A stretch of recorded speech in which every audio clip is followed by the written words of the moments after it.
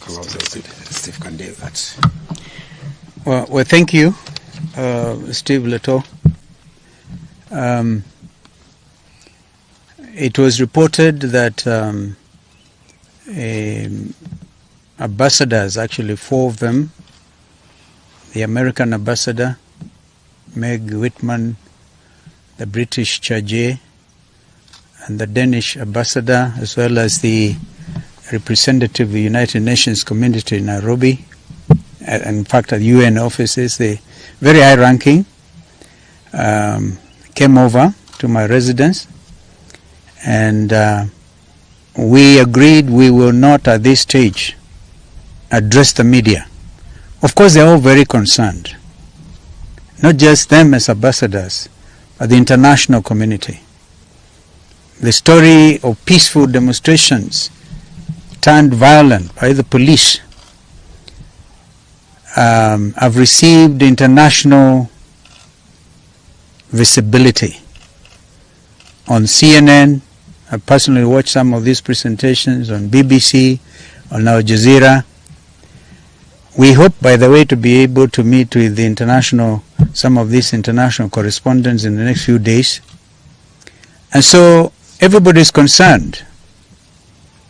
And so, Steve, I hope I've answered your question, but we are saying, what sense does it make to meet with people who are already committing acts of genocide? I was foreign minister in 1994 when genocide happened in our sisterly state of Rwanda. We pray to God that this does not happen to our country. So it behoves all of us to take note of what is going on here. We also thank the African Union, the AU Commission on Human and People's Rights for their statement. How do you tear gas 53 children and make them develop early cases of asthma and other complications? These are basic rights, and you cannot negotiate on people's basic rights. Basic rights are basic human rights. And so that is where we are. I don't know if there's another question. Thank you. I think you had last week said that you were taking 3 days of protest because the people had asked for it because of the high cost of living. So what now has changed to go back to 1 day? No, you must always take into consideration the reality of the situation on the ground. We realize that after day 1 on Wednesday, a lot of people were arrested, others were injured, and people had to run all of our hospitals and places to check on their loved ones.